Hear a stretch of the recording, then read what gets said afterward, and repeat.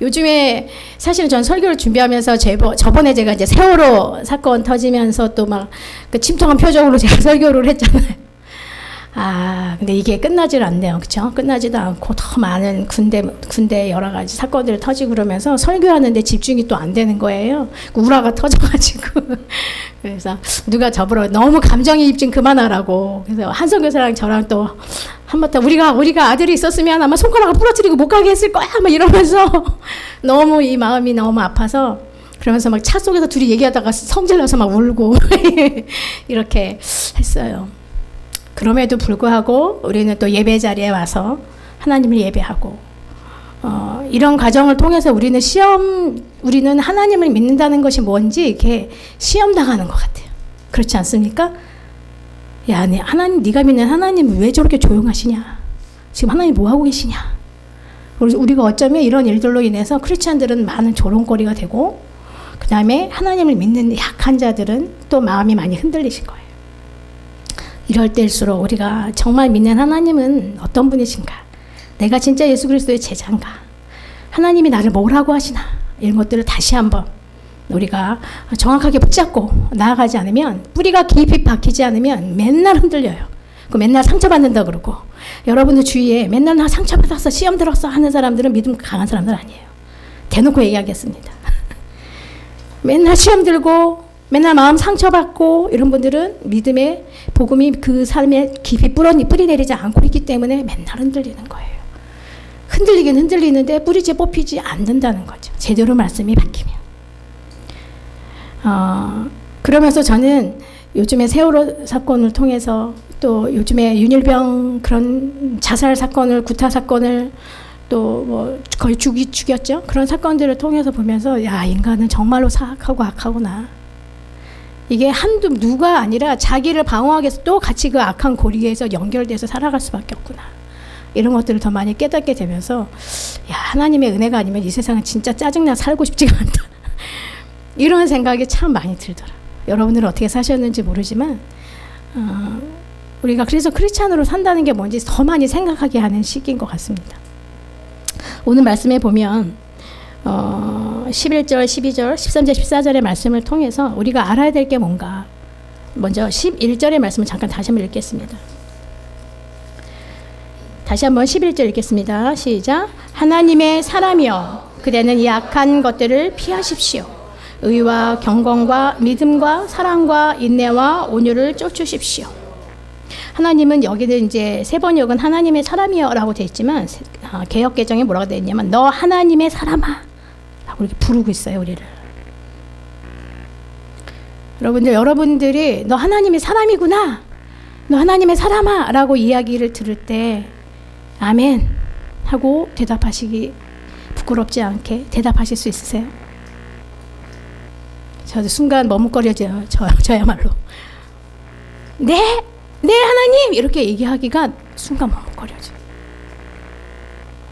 이 본절에 11절에 보면 이것은 그대는 이 악한 것들을 피하십시오 라고 부터 나와 있잖아요. 이 절은 뭐냐면 3절에서 10절까지의 거짓 교사들의 실상을 설명하고 있는 거예요. 3절에서 10절까지의 말씀을 제가 잠깐만 읽어드린다면, 그대는 이런 것들을 가르치고 권하니 누구든지 다른 교리를 가르치며 우리 주 예수 그리스도의 건전한 말씀과 경건에 부합되는 교훈을 가르치고 이미 교만해져서 아무것도 알지 못하면서, 한번 같이 눈으로 보세요. 논쟁과 말다툼을 일삼는 병이 든 사람입니다. 4절. 그런데서 시기와 분쟁과 비방과 악한 의심이 생깁니다. 그리고 마음이 썩고 진리를 알아서 경건을 이득의 수단으로 생각하는 사람 사이에 끊임없는 알력이 생깁니다. 경건을요, 이득의 수단으로 생각한다는 거예요. 자족할 줄 아는 사람에게는 경건은 큰 이득을 줍니다. 우리는 아무것도 세상에 가지고 오지 않았으므로 아무것도 가지고 떠나갈 수 없습니다. 우리는 먹을 것과 입을 것이 있으면 그것으로 만족해야 할 것입니다. 그러나 부자가 되기를 원하는 사람은 유혹과 올무와 여러 가지 어리석고도 해로운 욕심에 떨어집니다. 이런 것들은 사람을 파멸과 멸망에 빠뜨립니다. 10절. 돈을 사랑하는 것이 모든 악의 뿌리입니다. 돈을 쫓다가 믿음에서 떠나 헤매기도 하고 많은 고통을 겪기도 한 사람이 더러 있습니다. 이게 바로 3절에서 10절 말씀을 통해서 거짓 교사들에게 이 악한 것들을 피하라 라고 얘기하고 계세요. 뭐라고 그러셨냐면 11절에 의와 경건과 믿음과 사랑과 인내와 온유를 쫓으라. 9절에서 10절에 돈을 사랑하는 마음과 관련된 모든 악을 비롯해서 이 모든 것은 피하라는 건데요. 이거 피하라. 단순히 피하라가 아니라 그냥 피하는 거 어떻게 이렇게 그냥 피하는 거잖아요. 그게 아니에요. 이거는. 원래 원문은 뭐라고 되어 있냐면 거기서 강력하게 탈출하라. 그걸 이야기하고 있어요. 이 악한 것에서 탈출하고 결국은 뭐냐면 돈의 올무에서 탈출하라. 한국교회가 지금 이렇게 썩어지고 어떤 분은 그 믿음이 대단히 큰 목사님은 암이 난 게 11조 안 내서 그 얘기 들으셨어요? 11조를 안 낸 결과가 암이 걸렸다는 거예요. 그럼 그 많은 위대한 우리가 소위 말해서 그래도 영적 스승이라고 하는 하용재 목사님이나 뭐 오카노 목사님이나 우리가 말하는 많은 선교사님들 많은 신앙에 대단한 분들도 암 걸려 다 돌아가셨는데 11조 안 냈나 그분들이 뛰어잡수셨나? 그분이 믿는 그분이 믿는 그 신은 그런 신인 거예요. 우리가 믿는 하나님은 그런 하나님이 아니에요. 우리 하나님 무슨 고리대금업자도 아니고 무슨 CEO도 아니고 그렇죠. 한갑 몇 푼에 11조 하나 가지고 암을 줍니까? 이런 수준 낮은 거기까지. 이건 뭐냐면요. 너희가 그 돈이 우리에게 있어서 암의 역할을 한다는 얘기예요. 결국. 우리 너무너무 피곤한데 그 돈이 우리를 올무를 건다는 얘기죠. 그래서 거기서부터 강력하게 탈출하라. 피하는 수준이 아니라 탈출하고 도망하라는 얘기예요. 가만히 있지 말고 강력하게 피하고 도망하라. 그걸 이야기하고 있습니다. 본 이 편지는 디모데에게 멸망의 요소인 물질에 대한 탐심을 피하고 하나님의 사람으로서 온전한 신앙의 덕목들을 추구할 것을 적극적으로 명령하는 건데 여기서 아까 우리 11절에서 말씀한 것처럼 6가지가 있는 거예요. 우리가 추구해야 될 6가지의 덕목. 12절에 보면 믿음의 선한 싸움을 싸우십시오. 영생을 얻으십시오.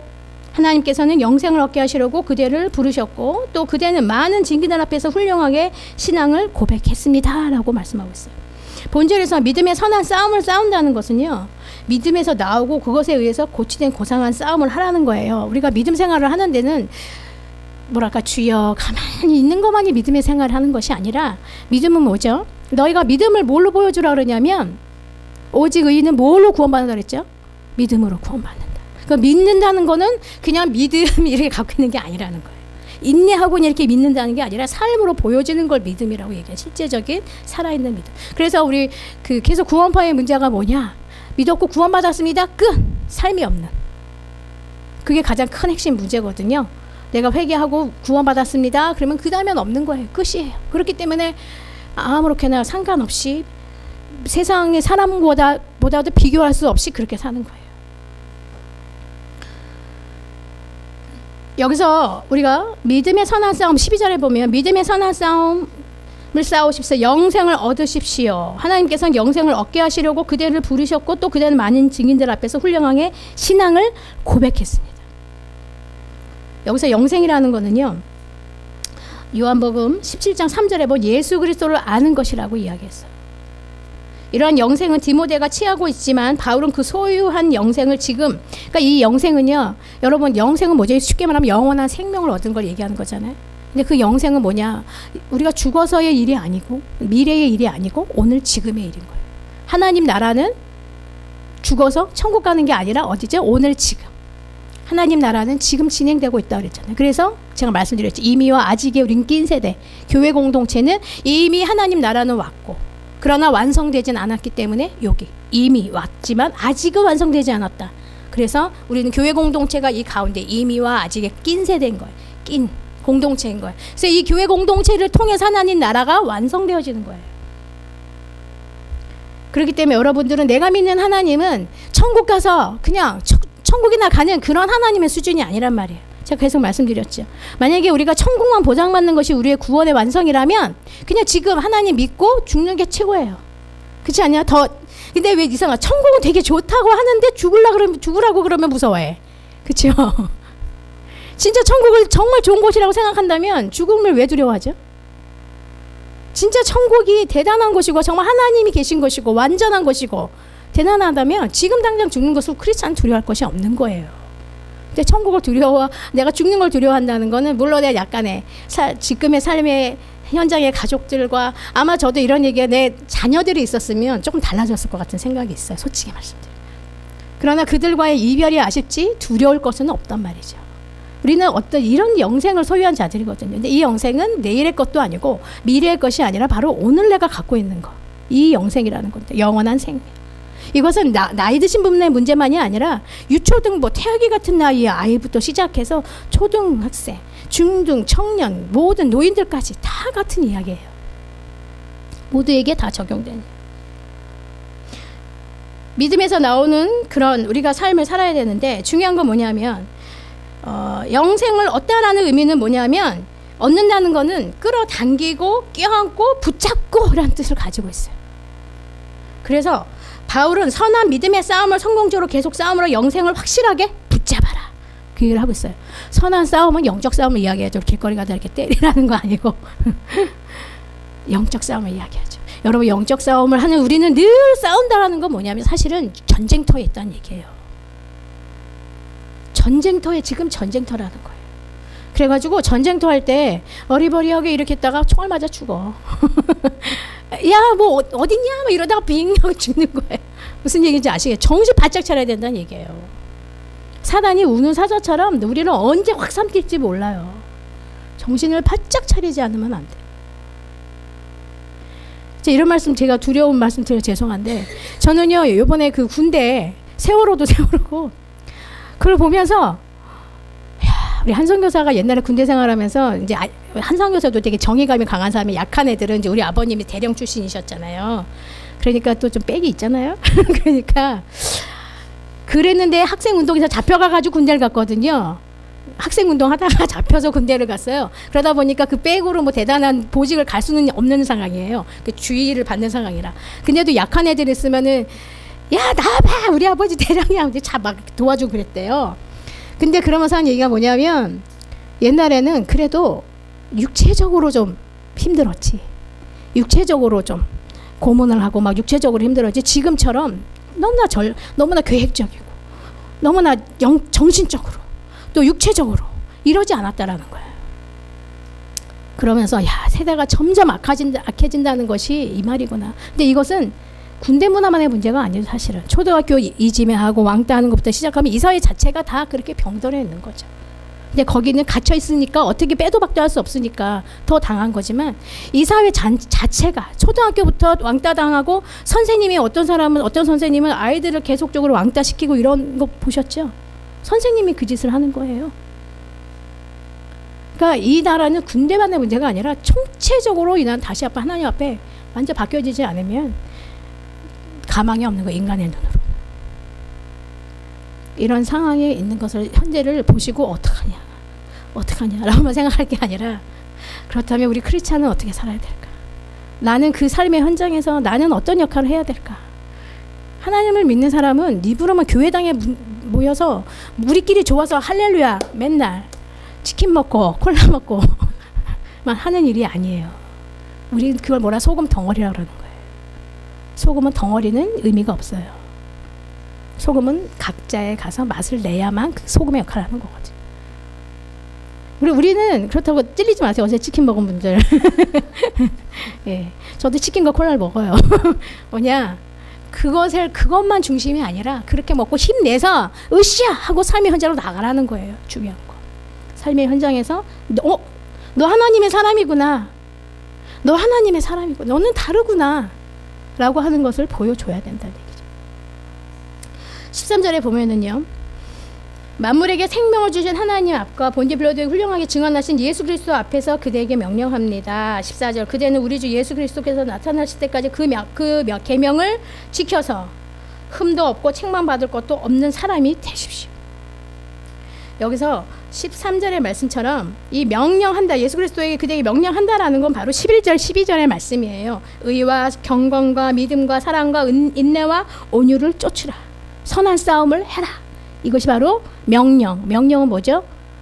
해도 되고 안 해도 되는 것이 아니라 반드시 해야 되는 거.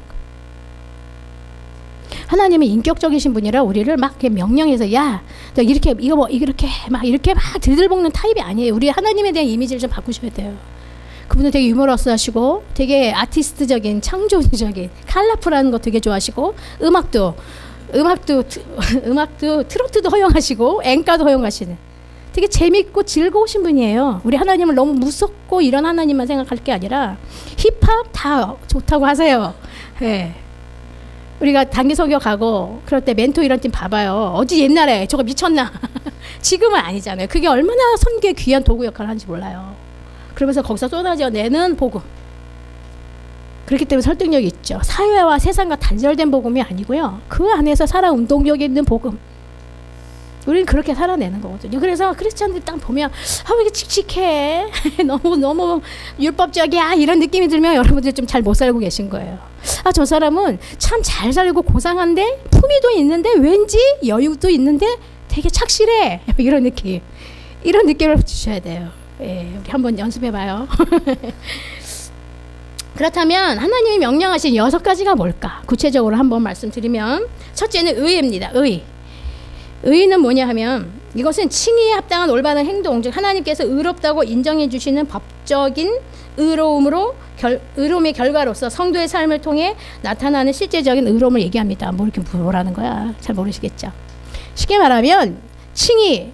근데 하나님은 이 칭의가 야, 너 되게 착해. 나는 너를 이제 너 죄인인데 너 이제는 내가 착한 사람이라고, 너 의로운 사람 얘기할 거야. 너 인정할 거야 라고 얘기하시는데 이게 혼자 인정하면 뭐해? 누군가가 그거를 다들 그렇구나 라고 인정해 줘야 되잖아요. 그래서 법적인 용어예요. 칭의라는 거는. 그럼 법적인 것은 그거는 깰 수가 없잖아요. 그렇죠? 이 사람은 예전엔 죄인이었습니다. 이 사람은 영원히 죽어야 되고 사형수였습니다. 그러나 오늘 난 당신이 이 사형수가 아닌 이제는 무죄라고 판결합니다 라고 하면 어느 누가 바꿀 수 없는 거예요. 이걸 얘기하는 거예요. 칭의.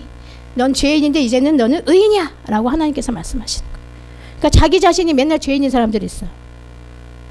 하나님께 회개를 진짜 제대로 한번 하고 그 회개로 구원받는 거 아니에요. 그러나 진짜 하나님께 의롭다 칭함받고 구원받으는 자연스럽게 회개가 돼요. 그런 사람들은 근데 여전히 하나님 저는 죄인이에요 계속 그러시면 하나님이 이제 얘가 언제 죄인이었지? 하나님 왜냐? 돈과 서가 먼 것처럼 하나님 너의 죄를 기억지 않으신다 그랬거든. 자꾸 하나님께 상기시켜 드리는 거야. 얘가 죄인이었구나 이렇게.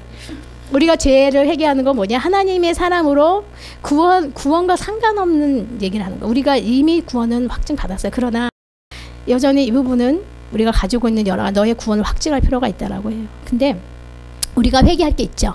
하나님의 사람으로 살지 못하는, 그렇게 살지 못하고 또 오늘 또 뭐 거짓말하고 오늘 또 남한테 조금 거친 소리 한번 하고 이런 것들 자기가 여러 가지 생각하는데 제가 요즘에 이렇게 회개가 잘 안 돼 잘 살고 있는지 어쨌든 예화를 들으니까 생각이 잘 안 나네. 예. 그럴 정도로 여러분들이 회개할 일들이 너무너무 많잖아요. 각자 똑같지 않잖아요. 각자의 다 달라요. 그렇죠? 그 하나님 앞에 1대1로 아주 그냥 세밀한 것까지 하나님께 회개하는 거죠. 회개로 끝나는 회개는 맨날 말만 하면 우리 그 사람 믿을 수 없어요. 그 사람은 말했다면 바뀌어야 되는 거죠. 그래서 어떻게 이렇게 가는 걸음을 완전히 180도로 틀어서 그렇게 사는 삶을 얘기하죠. 근데 이 의롭다라는 것은 그리스도인은 자신의 의로운 신분에 합당한 의로운 행위를 해야 되는 거예요. 뭐 왕자와 거지 예외를 들 필요도 없죠. 그 사람이 거지였던 사람이 왕자의 신분을 취득했는데 동화 이야기 아시죠? 근데 그 사람은 여전히 거지의 삶을 살면 참 불쌍한 인생인 거예요. 그 사람이 왕자로 되었다면 그 사람은 왕자의 삶을 살아야 되는 거예요. 근데 여전히 거지의 삶을 살고 바닥에 주저앉아서 찌그러진 그릇에 남은 그릇 밥을 먹는 왕자가 그거 아니라는 거죠. 왕자는 왕자. 너는 죄인이 아니라 의롭다면 의롭게 살아라는 얘기죠. 두 번째 경건. 그래서 의와 경건은 세트로 묶으시면 돼요. 경건은 의로운 삶의 동기가 되는 하나님을 향한 경외심과 공경심, 존경심을 얘기하는데 이 경건은요. 남들이 하라고 해서 하는 게 아니라 자발적인 거예요. 여러분 존경심은요. 스스로가 생겨야 존경심인 거예요. 야 존경해 뭐 야 저 사람 얼마나 대단한지 아냐? 막 아무리 세뇌한다고 해도 네 존경합니다 근데 속으로는 이래버리면 이게 존경이 아니죠. 존경은 뭐냐? 하나님의 그 위대하심과 전능하심과 그 깊으신 사랑 그게 막 느껴지니까 저절로 하나님 당신은 진짜 창조주이시군요. 당신은 진짜 하나님이시군요. 당신은 정말로 사랑이시군요 라고 우리가 입으로 이야기할 수 있는 거. 이게 바로 경건인 거예요. 경건은 가만히 앉아서 주여 큐티 말씀 보겠습니다. 뭐 이렇게 하는 게 경건. 우리 보통 경건하면 경건의 훈련으로만 이게 딱 귀결짓는데 그게 아니라는 거. 경건은 우리 삶의 현장에서 드러나는 거. 하나님을 진짜 사랑하고 하나님을 진짜 존경하고 공경하면요, 이 사람의 태도가 다른 거죠. 하나님에 대한 태도가.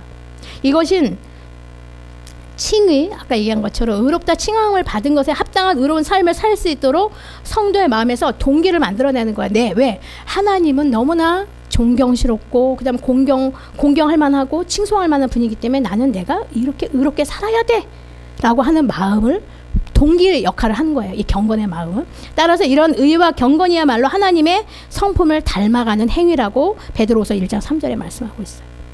또 세 번째로 믿음. 이 여기서 말하는 믿음은요, 주관적인 믿음을 이야기하고 있어요. 우리가 흔히 말하는 하나님과 성경 말씀을 신뢰하는 것.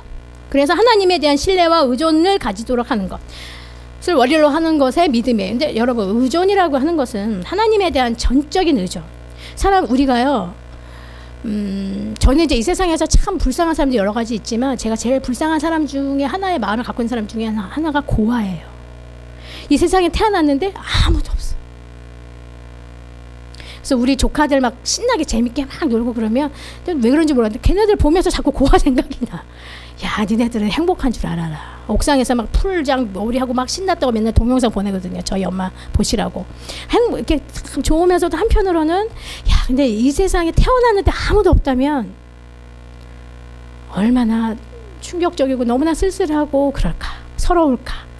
그런 생각을 해보게 되면서 하나님이 나의 아버지가 되시고 우리가 누군가에게 절대적인 의존을 할 수 있다는 것이 얼마나 대단한 건지 모르겠다.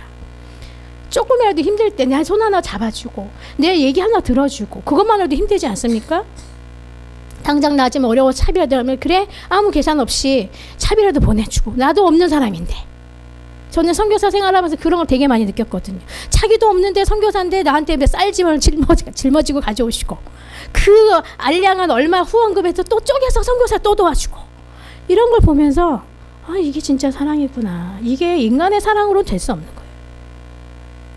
근데 이런데 하나님의 그런 것들이 우리가 그러면서 뭐예요? 아, 이분이 누군가가 내 옆에 있어주고 나를 지지해준 자가 있다라는 것마저 마음이 편안한데, 하나님이 전지전능하신 그 하나님이, 완전하신 그 하나님이 나를 의존해라, 100% 너를 책임져 주겠다, 이것처럼 대단한 일은 없는 겁니다.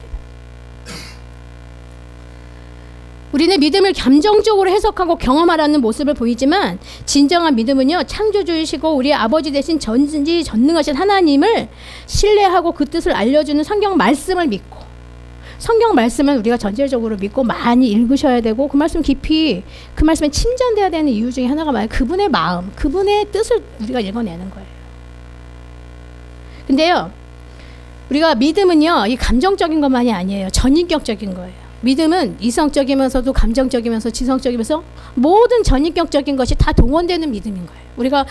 우리가 제가 선교한국 대회를 일주일 동안 다녀왔잖아요. 그 다음에 이제 마지막 날에 우리 유스비전 캠프 갔는데, 요번 컨셉은 정말 조용하게 짝이 없는 거예요. 뭐 한방 주야 뭐 이런 것도 한 번 없고, 여기 선교한국 그 전에는 좀 안 그랬는데 요번 컨셉은 그렇게 잡았어요. 너무너무 조용해서 이게, 근데 이 참가한 사람들이 어떤 태도를 보내냐면 내가 은혜를 받고 말 거야. 그래서 제가 느끼기에는 저런 썰렁한 농담을 하면 우리 청년들은 안 웃었을 거야. 우리 유스비전 캠프에서는 안 웃었을 거야 라고 하는 그 썰렁한 개그들이 다 통하더라고요. 그게 무슨 얘기야? 나는 은혜를 받아버릴 거야. 이 태도인 거예요. 그러다 보니까 시끄럽지 않은 찬양도, 그냥 따스한 성령이 이런 찬양만 계속 지내고 있어도 충분히 은혜가 되고요. 끝나고 또 우리 이제 쉽게 말하면 한 방으로 쫙 하는 이런 부분이 없어도 캠퍼스에 나가서 기도하라니까 막 무슨 개구리 때 울 듯이 와우 사방에서 1,500명이 그렇게 기도하는 거예요.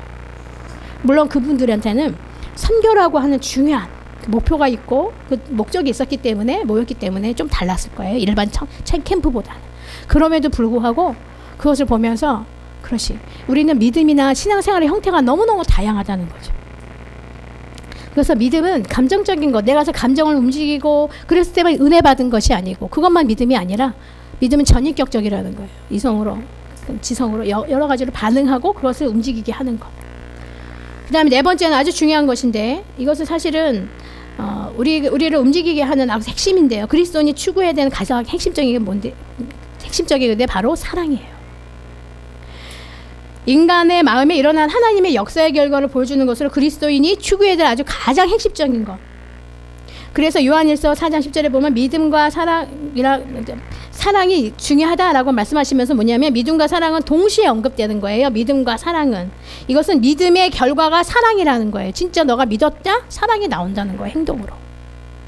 그래서 우리 주님이 십자가에 돌아가셔서 우리를 그렇게 사랑하셨다는 거는요.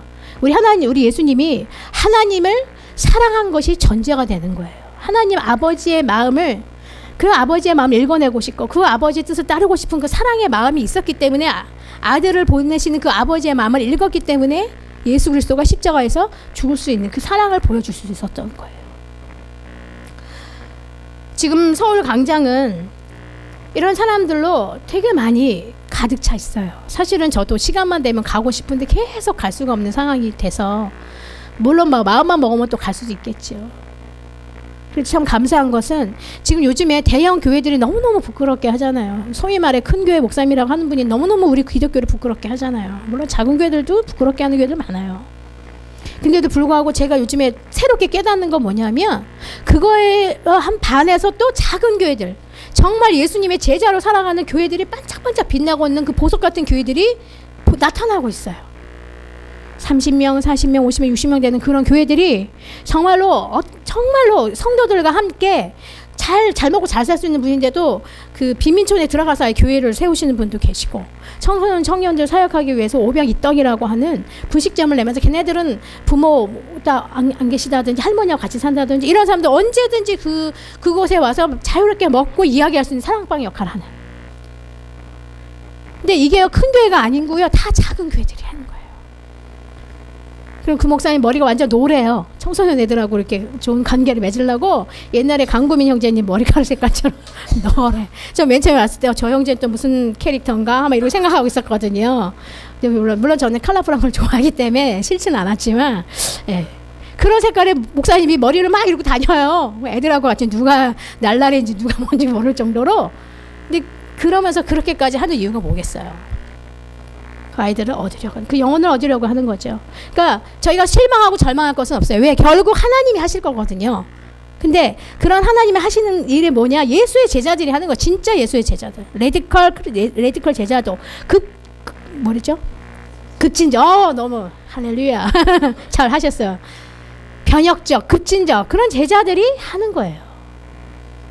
큰 교회 사이즈가 크다고 상관없어. 우리 교회가 무슨 유스비전 캠프를 그렇게 감당할 수 있고, 무슨 라오스 선교, 일본 선교, 북한 선교, 이스라엘 선교, 또 국내 선교까지 섭렵하시고, 이게 계산이 안 나와요. 만약에 세상을 우리가 좀 일반적인 예산 안 잡고 막 이렇게 계산하면 맨날 빵꾸야.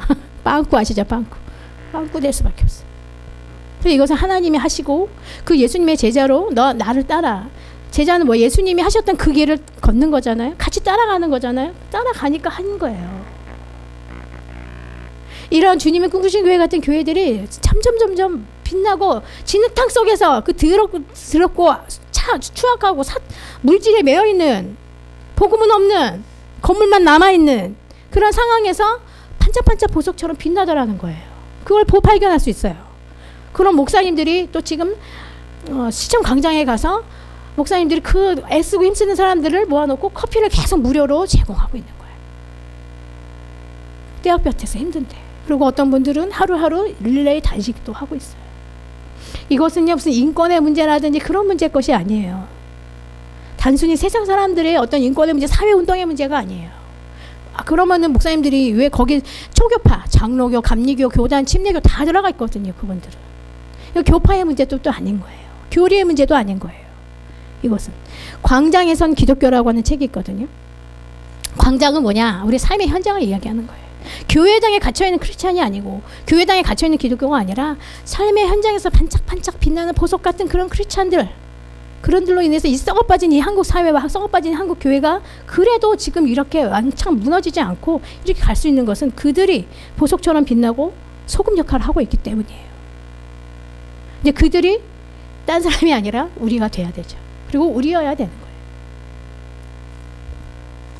다섯 번째로 보면 인내가 있어요. 인내는 어떠한 시련과 고난 속에서도 믿음과 사랑이 퇴색되지 않는 성도의 모습을 보는데, 믿음과 사랑을 이루게 하는 근거가 뭐냐면요, 믿음과 사랑을 이루게 하는 근거가 바로 인내예요. 그래서 우리 선교사들한테는 딴 얘기 할 게 없어요. 그냥 버텨내. 이게 선교사들 현장에서 사실은 제가 말씀드렸잖아요. 일본에서 이제 제가 일본 선교 18년째 하는 중에 한국에서 한 7년 사역하면서 일본이란 나라를 그래도 좀 수박 겉핥기식으로 잘 알았다고, 이론적으로는 좀 알았지만 일본에서 7년 사역하면서 정말 죽을 것 같을 때도 많았어요. 그러면서 변명하는 거죠. 나를 통해서 뭐 몇 명이 구원된다고 이러면서. 그때 저는 정신과병원 근무했다 그랬잖아요. 그리고 또 저희 아버지를 통해서, 저희 아버지가 임상심리학자라고 그러셨잖아요. 그렇기 때문에 거기를 통해서 신경증에 대한 실제적인 사례나 그다음에 공부들을 많이 했어요. 목회 심리학 이런 거를. 그게 다 요법이 필요가 없는 거예요. 제가 불면증도 걸리고 우울증도 걸리고 막 나중에 공황장애도 막 걸렸다 그랬잖아요. 제가 정신병자라 그런가요? 아니에요. 어느 누구든지 간에 여러분들 안에서도 지금 삶의 현장이 그렇게 극렬하고 힘들 수 있어요. 이 중에 누군지는 제가 잘 몰라도. 그럼에도 불구하고 결국은 마지막에 뭐냐면 복음, 말씀으로 가져갈 때 살아남는 거예요. 그러나 그 과정에서 여러 가지 방법들은 있죠. 상담, 크리스찬인 상담하는 사람들도 필요하고요. 약물도 필요하고요.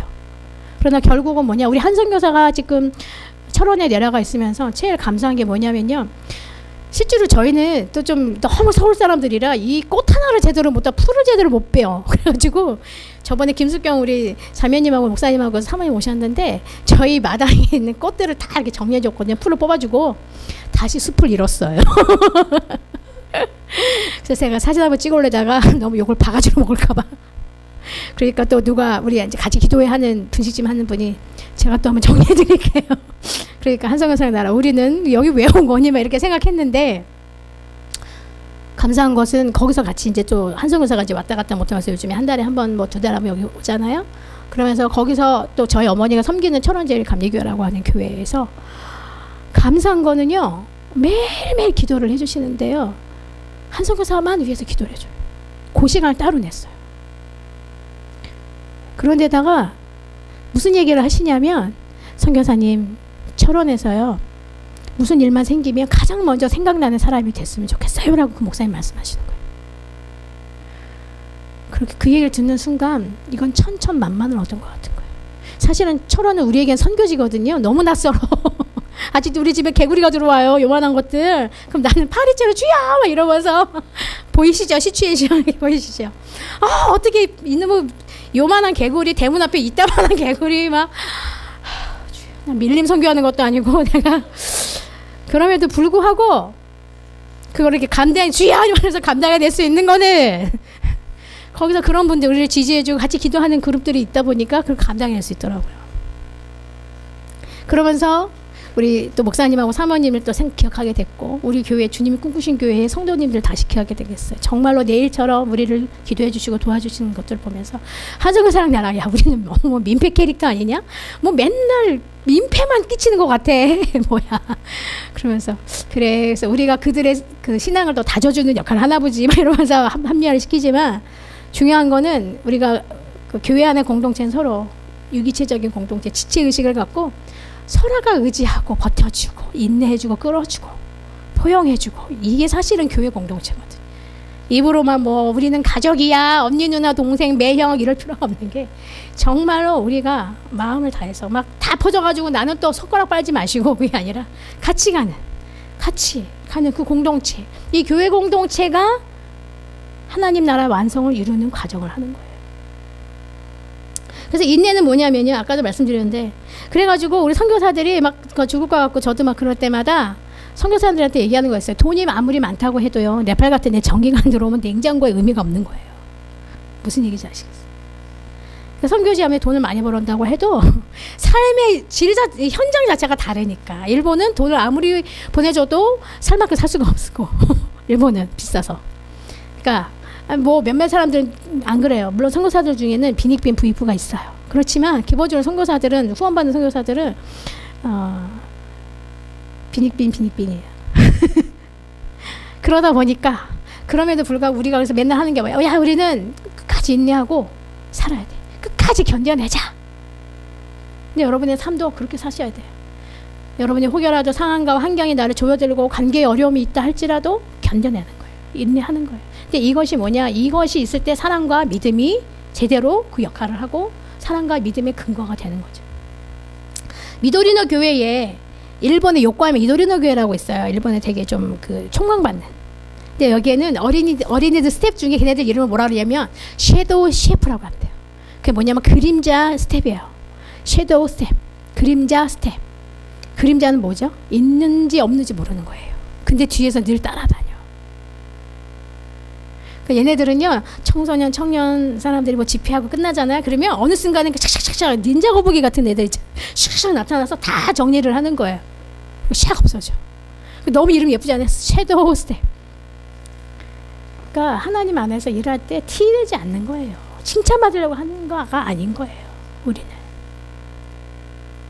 근데 이것의 근거는 뭐냐면 우리 윤수비전 캠프 요번에 참 많이 힘드셨잖아요. 그러면서도 많은 사람들이 뭘 칭찬하냐면요, 우리 스태프들을 어떻게 이렇게 웃냐는 거예요. 이 흔들어 죽겠는데 떼약볕이. 저도 맨 처음에 한성교사랑 저랑 윤수비전 오면서 제일 감동받은 건요, 그 잃지 않는 웃음.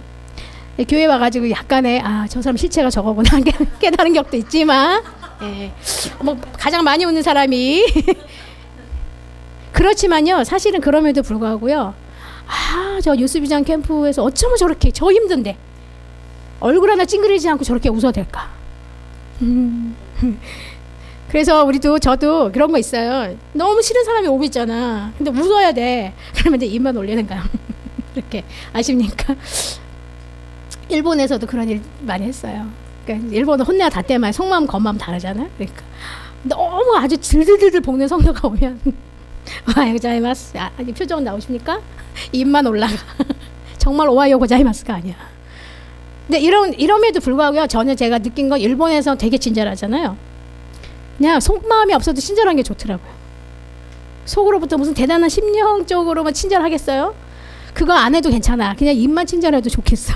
근데 우리나라는 너무 안 친절해서 짜증이 나는데 중요한 게 뭐냐면은 제가 이제 잠깐 옆으로 샜지만 선교지에 있거나 우리가 사랑과 믿음의 삶을 살려면요, 기본적으로 인내가 동반되지 않으면 안 된다는 거예요. 상황에 대한 인내와 사람에 대한 인내, 사람과의 관계에 대한 인내. 저도 성격이 팩팩하잖아요. 아시다시피 까칠하고 팩팩하고 뭐 이렇게 좋은 성격은 아니에요. 그래도 많이 인간 된 거잖아요. 일본 갔다 와서. 근데 진짜 일본 갔다 와서 옛날에는 진짜 제가 저희 잼에서 훈련할 때 저는 이제 목사님이든 뭐 상관이 없잖아요. 그 원리 원칙대로 하는 타입이라 독사가 나타났다고 맨날 그랬는데 일본 갔다 오니까 사람들이 이도 빠지고 발톱도 빠졌다 그러더라고. 그래서 할렐루야 이렇게 생각하고 있는데 그래도 여전히 남아있잖아요. 저는 그거 나쁘다고 생각하지는 않아요. 하나님이 원래 만드신 그 사람의 기질, 성숙된 기질이면 저도 된다고 생각해요. 근데 이제 그런 것을 통해서 정말 그 관계 어려움들이 있어요. 제가 이번 연도에 만난 사람 두 사람을 만났는데, 새롭게 만난 사람, 내 인생에 새롭게 만났는데 내가 만난 생전 처음 만난 캐릭터야. 생전 뭐 이런 사람이 다 있나, 이런 사람들을 두 명을 만났어요. 그러니까 여러분, 나는 앞으로도 계속 그런 여러 종류의 다양한 사람을 만날 텐데 그때마다 내가 그 사람한테 전전긍긍하고 막 컨트롤 당하는 거죠. 그 사람이 나한테 열받게 하면 내가 같이 열받고, 그 사람 기쁘게 하면 또 나 기쁘고, 그 사람 칭찬에 좌지우지돼 뭐야? 결국 그 사람이 나의 리모컨인 거예요. 나를 조절하는 거예요. 그래서 관계에 내가 최선을 다해서 그 사람에게 최선을 다하지만 안 되면 저는 그렇거든요. 그러니까 같이 갈 사람은 박터지게 같이 싸워. 막 싸워도 같이 가. 그러나 그런 사람 아니면 내버려 두는 거예요. 이제는. 저는 옛날에는 관계 때문에 되게 전전긍긍했어요. 그 사람 최대한 마음을 맞춰주려고 그러고 애를 많이 썼어요. 그러니까 늘 스트레스를 많이 받죠. 이제 지금은 심플해졌어요. 같이 가려면 싸우고 막 머리 뜯고 뭐 이렇게까지 안 해도 박터지게 싸워. 그래도 같이 갈 사람 가. 그런데 그러지 않은 사람은 내버려 두는 거예요. 그렇다고 뭐 내칠 필요도 없고 그냥 내버려 두는 거예요. 같이 싸울 것도 없고. 그러니까 관계가 여러분 인내하고 참지만 여러분이 속이 문드러질 때까지 참을 필요는 없어요. 여러분의 삶도 중요합니다. 그 사람을 섬기기 위해서 내가 문드러서 썩어 빠져버리면 그건 의미가 없는 거예요. 내가 건강하면서 그 사람과 같이 가야 되는 것이 의미가 있는 거지. 그렇기 때문에 건강한 인내. 그래서 세월호에 단면적으로 보여준 거 아니에요. 참아라 하고 가만히 있으라고 하니까 그냥 그래야 되는 거구나. 자기 생각 없이 그냥 이렇게 가만히 있으면 되는구나. 이게 이런 식의 그런 인내를 많이 하거든요. 우리는 그냥 꾹꾹 누르는 인내. 근데 이런 인내는요 건강하지 않아요. 무슨 사건 터지면 어떡하죠? 스프링처럼 튕겨나가요. 그러면 요만한 일도 더 크게 말로 할 거 손이 나간다는 거예요. 진짜 인내는 이것을 충분히 관계를 회복하고 건강하게 하고 그러면서 나도 너도 같이 갈 수 있는 인내. 꾹꾹 누르는 인내가 아니라 우리가 인내에 대한 부분이 건강하게 생각하셔야 됩니다. 이제 마지막으로 여섯째, 온유는 6가지 이제 계속 우리가 이것을 너희가 쫓아라 라고 말씀하셨죠. 온유는 뭐냐면 친절하고 관대하고 순하고 온화한 부드러움을 뜻하면서 이것에는 감정과 열정을 같이 들어가 있어요. 이 의미에는. 그래서 이걸 뭐냐, 부드럽고 온화하게 대하는 마음의 상태를 이야기합니다. 그래서 여러분 온유는요 매갈이 없는 그래 뭐 이것도 좋아 저것도 좋아가 온유가 아니에요. 진짜 온유한 사람은 내가 가지고 있는 것이 만юм에도 불구하고 그것을 실력 행사하지 않는 거예요. 그리고 그냥 이렇게 되게 그래 이렇게 하는데 온유한 게 아니에요. 진짜 온유한 것은 내 안에 강한 것이 있음에도 불구하고 말과 친절함과 이런 것들이 나올 때 그게 진정한 온유죠. 그래서 좀 말투가 좀 세고, 저도 옛날에 너무 말투가 세면 좀 힘들었어요. 근데 그냥 요즘에는 말투가 세도 그러려니 이렇게 생각하고 있어요. 그러니까 오히려 말투가 세고 이런 분들은 마음속에 그 온유함들을 잘 표현하지 못하는, 그것을 할 줄 아는 방법들을 경험하지 못한 사람들이 많아요. 사실은 말투가 세다고 그 속까지 세진 않아요. 여기 뭐 몇몇 찔리는 약간 웃으시는 분 계시지만 저도 그래요. 저도 오해를 많이 받아요. 그러니까 저는 말이 되게 명확하잖아요. 좋으면 좋고 싫으면 싫으니까 원래 내 마음과 상관없이 오해를 많이 받더라고요. 그래서 저도 일부러 바꾼 거예요. 싫어가 아니라 그게 별로 그렇게 좋지는 않은 것 같아 이러면서 이렇게 무슨 얘기인지 알죠? 그 일본식이에요. so 데스까? 이러면서 그게 어떻게 해야 될까? 막 이런 거 있잖아요. 이런 사람들이 확 다이렉트를 하면 깜짝 놀라는데, 중요한 건 뭐냐, 우리 온유함은 진짜 내가 약해 빠져서 온유한 게 아니라 진짜 속이 강한데 같은 말이라도 부드럽게 하고 친절하게 하고 관용하는 마음을 갖고 할 때. 근데 이 모든 것의 이 6가지가 지속적으로 우리는 선을 추구해야 되는 거예요. 6가지가 필요한 거죠. 적극적으로 나아가는 것. 삶의 현장에서 하나님의 자녀로 예수 그리스도의 제자로 극렬하게 살아가는 우리들은요, 이 6가지가 기본적으로 사실은 우리의 삶의 태도를 가지고 있어야지 돼요. 톨스토이의 단편 소설에 사람은 무엇으로 사는가라는 소설이 있어요. 여기 하나님의 명령에 따라 일하는 한 천사가 쌍둥이를 출산한 엄마의 영혼을 데려가려고 했는데, 천사가 이제 결국 엄마가 죽는 걸 얘기하잖아요. 그렇죠? 근데 엄마 없이 자랄 쌍둥이 아가들을 생각하니까 그 임무를 할 수가 없었어요, 이 천사가. 그래서 그냥 하늘로 돌아가 버렸어요. 그랬더니 이제 그런 걱정 때문에 하나님의 명령을 어겼더니 하나님께서 뭐라 그러셨냐면, 사람은 무엇으로 사는가라는 질문에 대한 답을 얻어가지고 와야지 내가 널 용서하겠다 라고 한 거예요. 그리고 네가 원하는 그 엄마를 그냥 살려주겠다라고 했어요. 이거 소설이에요. 진짜 성경 말씀 아니에요. 그랬더니 추운 날 교회 근처에 쭈그리고 앉아있는 이제 천사를 발견했어요. 근데 손을 내밀, 어느 날 추운 날씨에 이제 천사가 쭈그리고 앉았어요. 다시 지상 세계에 와서. 근데 그에게 손을 내민 사람은 누구냐면 알코올 중독으로 늘 마누라에게 구박을 받았던 구두 수성공이었어요. 구두 수성공을 따라가 그 가족과 함께 지내게 된 천사는 결국 사람이 걱정이나 염려로 사는 게 아니라, 결국 사람은 무엇으로 사느냐, 하나님의 공급과 사랑으로 산다는 거예요. 우리가 걱정과 근심과 염려로 사는 것이 아니라 결국 하나님이 공급하심과 그 하나님의 뜨거운 그 사랑, 예수 그리스도를 주시기까지 살아가신 그 사랑과, 우리가 혹여라도 하나님에 대한 사랑이 의심되어질 때, 그럼 하나님이 왜 외아들을 십자가에 죽이시기까지 우리를 사랑하셨나, 우리를 하나님의 열심이라고도 표현하고 하나님의 욕심이라고도 표현해요. 내가 절대 사단의 손아귀에 나를 너로 빼앗길 수 없어 라고 하기 때문에 하나님은 어떻게 조치하셨냐, 예수 그리스도를 십자가에 죽이시기까지 하신 거예요.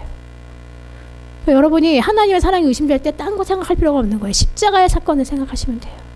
그리고 3일 만에 부활하신 그분은 우리를 구원할 만한 분이었다. 부활의 사건을 다시 생각하죠. 우리가 십자가의 사건만 해서 하면 늘 우울하죠. 부활의 삶을 우리가 살아야 되는 거예요. 예수 그리스도가 다시 부활했을 때 우리도 십자가에 죽고 3일 만에 다시 살아난 거예요. 결국 우리가 인내할 수 있는 것은 우리의 대단한 믿음이나 우리의 대단한 인내력으로 되는 게 아니라 그분에 대한 하나님에 대한 신뢰와 사랑이 바탕이 될 때 그분이 공급하시고 사랑을 주시는 것에 대해서 그 맛보았을 때 우리는 어떤 상황이나 상관없이 살아갈 수 있는 거예요. 크리스찬인데도 불구하고 요즘에 약간 이제 다시 이제 가을로 접어들면서 살짝 환절기가 되면서 감정적으로 힘들 수도 있는 사람들이 있어요. 여러분들 혼자 가만히 있는데도 불구하고 뭔가 허전하고 뭔가 우울하고 그냥 일반 보통의 사람들도 그런 시간들이 있어요. 크리스찬이라고 해도 늘 승승장구 이렇게 가는 게 아니에요. 크리스찬의 삶에 있어서 신앙의 여정도 어떨 때 암흑기가 있어요. 그리고 어쩔 때는 확 또 막 그냥 나 완전 믿음 충만해 막 순교할 것 같아 막 이럴 때가도 완전히 바닥을 탁 쳐가지고 내가 믿는 사람인지 아닌지 모를 때가 있어요. 그거는요 성도뿐만 아니라 목회자들도 마찬가지고 선교사들도 마찬가지예요. 근데 그것을 뚫고 나가셔야 돼요. 그럴 때 어느 날 반짝반짝 빛나는 보석 같은 그런 신앙을 갖게 되고 믿음을 갖게 되는 거예요. 아프리카를 섬기다가 요즘에 에볼라 바이러스가 크게 지금 난리가 났잖아요. 근데 이제 서아프리카를 강타한 에볼라 바이러스로 감염된 미국인 의사 캔들 브렌틀리라고 하는 선교사님이 라이베리아에서 석 달 전에 남긴 말이에요. 힘든 날이 오면 저는 다시 하나님의 소명을 마음에 되새길 겁니다. 힘든 날이 오면 딴 거 생각하고 상황과 환경과 내 질병 걱정하는 것이 아니라 하나님이 나를 부르신 것, 소명, 나를 부르신 것을 다시 한번 마음에 새길 겁니다.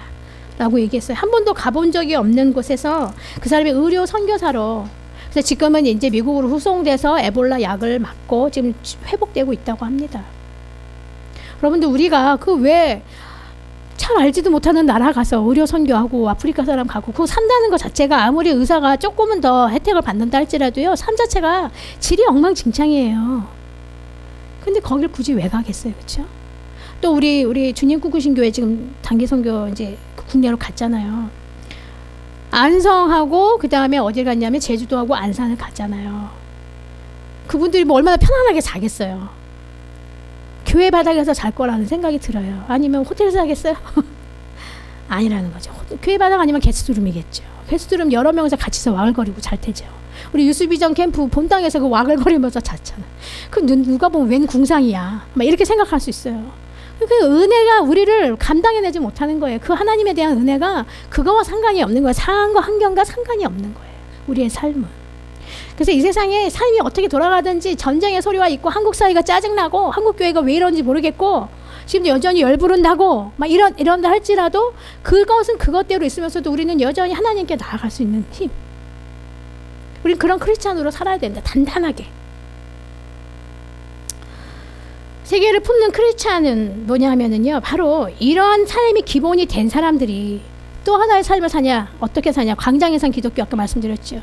삶의 현장에서 나가고 또 열방을 향해서 우리는 귀 기울여 줘야 돼요.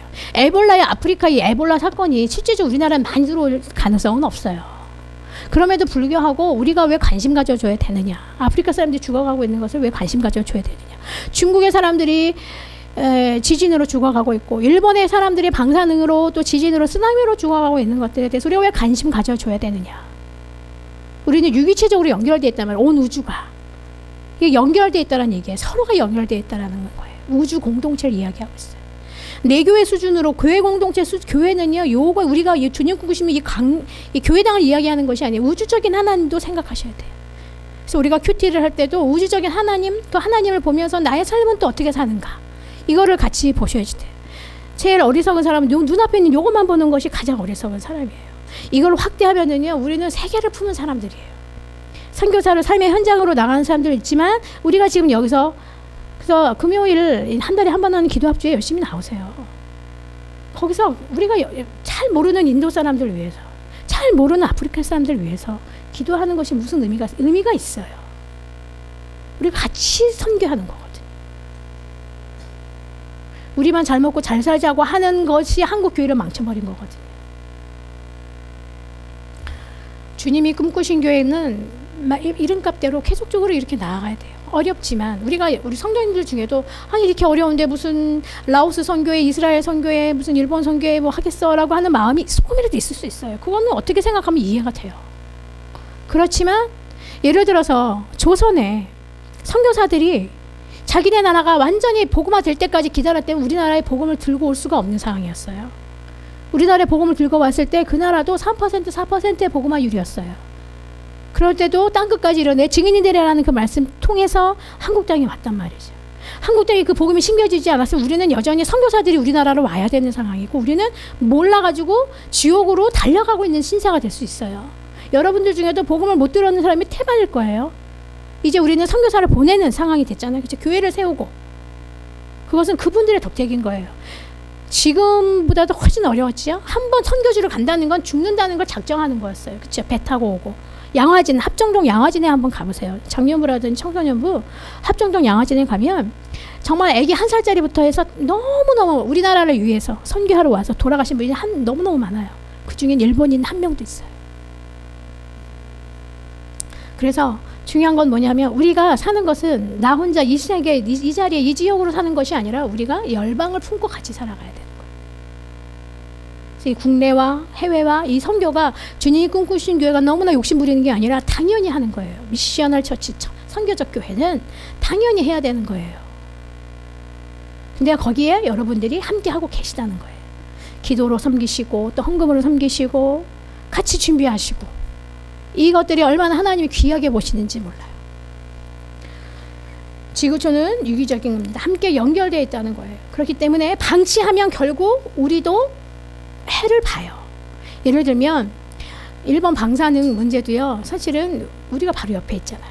그날에 빨리 복음이 되어서 정직한 사람들이 빨리 나오고 반전운동을 하는 사람이 많이 나와야 우리나라한테도 해가 덜 오는 거. 거기 또 터지면 어떡해요.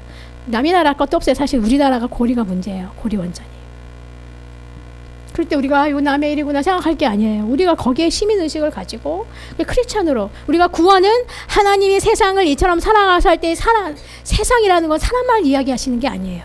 사람을 구원하고 이 생태계를 구원하기를 바라시는 거예요. 그래서 크리스찬들은 더 적극적으로 잘 사셔야 되는 거예요. 생각 없이 종이컵 많이 쓰는 것도 아니고 밥도 막 다 남기고 제가 어전에 뉴코리아 교회라고 하는 이탈 주민교회 탈북민 교회 3주년 거길 갔거든요. 그래서 제가 오리지널 평양 순대도 먹어봤어요. 근데 감사한 거는 우리가 앞으로도 더 적극적으로 우리 교회도 이제 10월 달에 철원에서 통일 세대 를 위한 그 집회를 할 거 청소년 집회를 할 거거든요. 그때 이제 뉴스비전 듀나미스가 오셔서 할 거라고 이제 목사님과 같이 의논했는데 그때 상황이 되면요 탈북 청소년들 다 오게 할 거예요. 그 교회 연결해서. 이렇게 적극적으로 우리가 통일을 주도하고 이 모든 것이 복음 통일, 말씀으로 갈 수 있는 이런 통일을 갈 수 있도록 우리가 그렇게 살아가는 것. 그래서 크리스찬들은 사실은요 이 사회에서 가장 깨어있는 사람들이고요. 가장 엘리트예요 사실은. 학력과 상관없이. 크리스찬들은요 그렇게 상황과 곳곳에서 그 역할을 다 감당하는 거예요. 그 역할을 감당하지 않고 국회의원이나 이런 사람들이 장관이나 이런 사람들이 권력만 잡고 자기 이익만 잡으니까 이 나라가 이 모양이 되는 거지 진짜 크리스찬들은 그렇지 않다라는 거예요. 말씀을 마무리하겠습니다. 선교적 삶을 산다는 것은 선교는 먼 곳에 있는 것이 아니라 오늘 우리에게 일어나는 삶의 현장에서 일어나야 되는 것입니다. 더 구체적으로는 우리가 이스라엘 선교, 일본 선교, 라오스 선교를 다 하지만 이 모든 것들을 가능케 하는 건요. 우리들이 하나님이 너 하나님의 사람아 하나님의 사람이기 때문에 이 일이 가능한 거예요. 인간의 힘으로는 할 수 있는 것이 아니에요. 하나님의 옷을 입은 백성 우리들을 통해서 예수 그리스도가 읽혀지는 백성 아, 저 사람은 예수 믿으니까 혹시 다르다. 귀골이 했네. 멋있어. 근데 예수님을 이야기하고 있고 삶이 달라. 되게 그래서 하나님 믿는 사람들이 좀 매력적이어야 돼요. 되게 검소하고 그렇지만 되게 매력적인 저 사람 자체가 되게 매력적이고 아름답고 그런 사람이어야 됩니다. 예수의 사람들, 너 하나님의 사람들이라 불리는 우리는 누구입니까? 여러분은 누구십니까? 우리는 하나님의 사람, 너 하나님의 사람아 라고 오늘도 예수님이 우리 주님이 우리를 부르고 계세요. 예수님의 제자입니까? 진짜 레디컬 급진적 제자입니까? 예수님은 되게 급진적이셨어요. 예수님이 살았던 것처럼 그렇게 사는 것 우리 주님이 우리를 너무너무 사랑하셔서 십자가에 죽기까지 사랑하시고 부활하신 그 사건은 하나님에 대한 우리 주님에 대한 사랑으로부터 시작됐다는 거예요. 우리 주님이 하나님을 사랑하지 않았다면 이 일은 일어날 수 없었어요. 오늘 6가지 이 삶의 태도가 여러분 삶에 정말 근간이 되고 여러분 삶을 주도했으면 좋겠습니다.